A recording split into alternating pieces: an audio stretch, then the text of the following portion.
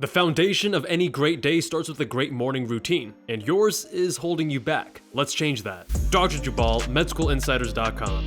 What you do in the morning during the hour or so after you wake up sets the tone for the rest of your day. A good morning routine sets you up for success. A bad one sets you up for failure. Here are 8 morning routine mistakes that are holding you back and what you can do to fix them. One of the biggest mistakes that you can make is not having a consistent morning routine. Order breeds order and chaos breeds chaos. Starting your day off feeling organized and prepared will give you positive momentum to carry you through the day. Even something as simple as making your bed when you wake up can have a profound impact on the trajectory of your day. As Admiral William H. McRaven said in his UT Austin commencement speech, if you make your bed every morning, you will have accomplished the first task of the day. It will give you a small sense of pride and will encourage you to do another task and another and another. By the end of the day, that one task completed will have turned into many tasks completed. Every action you take in the morning sets up future actions throughout the rest of the day. Starting your day off with a few small wins gives you positive momentum to accomplish bigger wins later in the day. On the other hand, starting your day off with a few small losses halts your momentum and sets you up for further losses. Mistake number 2 is hitting the snooze button. It may seem harmless to silence your alarm and sleep for another 10 minutes. In fact, it may even seem beneficial to get in a few extra minutes of rest when you're feeling tired. The reality is, though, that hitting the snooze button often does more harm than good. When we sleep, we cycle through 4 different stages. Stage 1, Stage 2, and Stage 3 are known as non-rapid eye movement or non-REM sleep. Stage 4 is known as REM sleep. When we fall asleep, we first pass through the lighter stages of sleep, stages 1 and 2,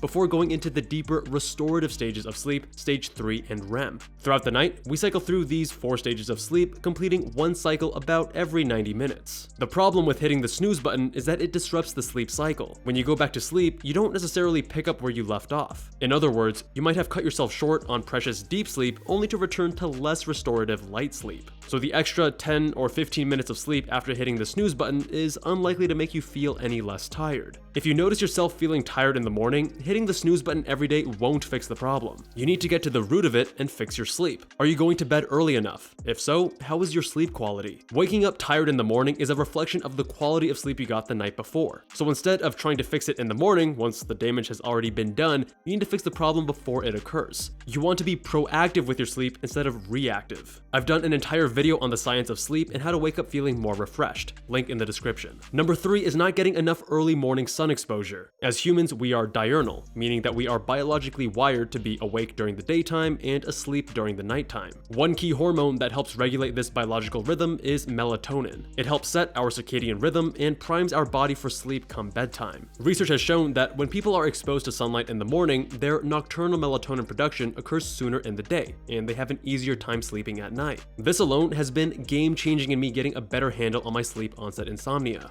I shoot for at minimum 2 minutes of morning sun exposure when I'm rushed, but ideally at least 5 minutes and up to 10 when time allows. Sun exposure also promotes the production of vitamin D, which is important for bone and immune health. As a society, we are spending more time inside and less time outside. As a result, it is estimated that approximately 42% of Americans are vitamin D deficient. Short, repeated sun exposure throughout the day has been shown to be ideal for increasing vitamin D, so starting your morning with even a few minutes of sun exposure can be a great way to jumpstart your vitamin D production for the day. Mistake number 4 is checking your phone first thing in the morning. While you sleep, your brain is able to work free from the distractions and overstimulation of everyday life. Your subconscious can focus on problems that you weren't able to solve throughout the day and can explore creative solutions to overcome them. When you start your morning with a screen, however, you hinder the download process from occurring. It also puts you in a reactive state rather than a proactive one. Instead of being intentional with your morning and emotional state, you are reacting to all the nonsense going on in the world. As Matthew Walker, professor of neuroscience and psychology at UC Berkeley, explains, when you check your phone first thing in the morning, you let a flood of anxiety wash onto you. This is problematic not just because it's a bad way to start your day, but because you train your brain in a sort of Pavlovian way to expect a rush of anxiety when you wake up. And this anticipatory anxiety is enough to negatively impact the quality of your sleep. For many of us, checking our phones first thing in the morning has become so deeply ingrained that it can be be a difficult habit to break. When implementing any habit change though, the best way to approach it is to start small. Start by committing to wait 5 minutes after you wake up to check your phone, maybe after you brush your teeth and use the bathroom for instance. Then after a couple of days, extend it to 10 minutes, then 20 minutes, and so on and so forth. Ideally, you should give yourself about an hour after you wake up before you check your phone so you have adequate time to complete your morning routine free from distraction. Mistake number 5 is neglecting your hydration and nutrition. While you sleep, you lose water not only from normal metabolic processes, but also in the air that you exhale and by evaporation through your skin. Since we are asleep and aren't taking in any fluids, we aren't replenishing the water that we are losing. For this reason, it's common to wake up feeling dehydrated. This is also why you'll notice your urine is quite concentrated in the morning. An important part of any morning routine is to replenish the water you've lost while asleep. I make sure to keep a large water bottle filled near my bed, as it decreases the friction to stay hydrated. This way, I don't have to go through the trouble in the morning to go to the kitchen, grab a cup, and fill it up. If you're one who regularly forgets to drink water in the morning, I strongly recommend that you do the same, or pick up an overly enthusiastic interest in tea. If you want to learn more about the unappreciated beauty and enjoyment of tea, check out this intro video on my personal channel, link in the description. After you've rehydrated yourself, the next piece of the equation is nutrition. When it comes to breakfast, there are two types of people, those who eat breakfast and those who don't. I believe that both can be viable options depending on the person and their situation. I currently follow a 16-8 time-restricted feeding schedule and usually don't start my feeding window until 11 a.m.,